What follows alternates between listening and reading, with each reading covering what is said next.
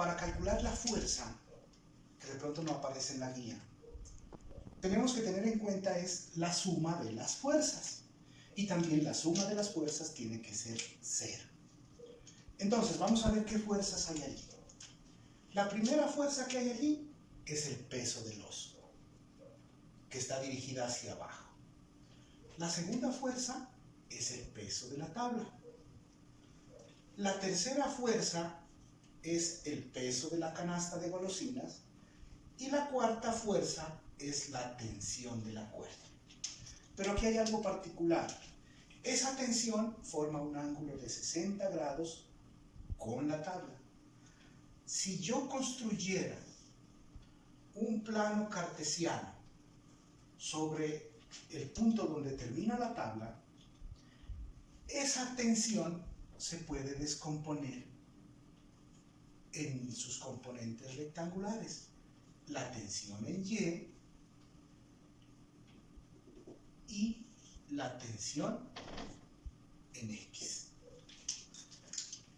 Y para sumar esas fuerzas, pues yo tengo que tener en cuenta cuáles son en X, cuáles son en Y, cuáles son verticales hacia abajo, cuáles son verticales hacia arriba, cuáles son horizontales a la izquierda, cuáles son horizontales a la derecha.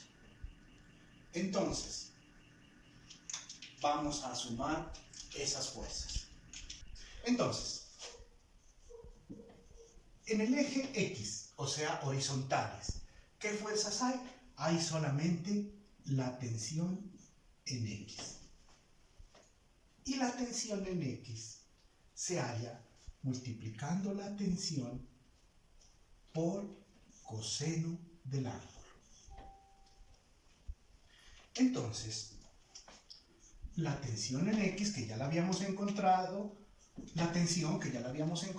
que era 402,3 newtons, por el coseno de 60 grados, que es 0,5.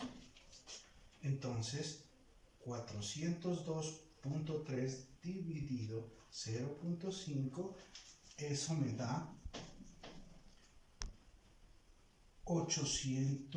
multiplicado 402.3 por 0.5, eso me da 201,15 newtons.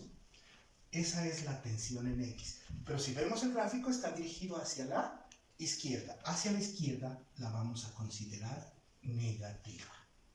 Muy bien, esa es la única fuerza que hay en X. En Y hay 4 fuerzas. De una vez, la suma de las fuerzas en Y tiene que ser 0 porque ese cuerpo está en equilibrio. Entonces vamos a considerar las que están verticales hacia abajo negativas y las que están verticales hacia arriba positivas. Entonces, el peso del oso, que habíamos dicho que era 600 newtons, negativo porque está hacia abajo, más el peso de la tabla, que eran 200 newtons, negativo, más por menos, menos, y el peso de la canasta de golosinas, que era 100 newtons, hacia abajo, negativo, más la tensión en Y. La tensión en Y ya la habíamos encontrado. Bueno, la tensión en Y sería la tensión por seno del ángulo. Acuérdense que la tensión, de una vez escribámosla,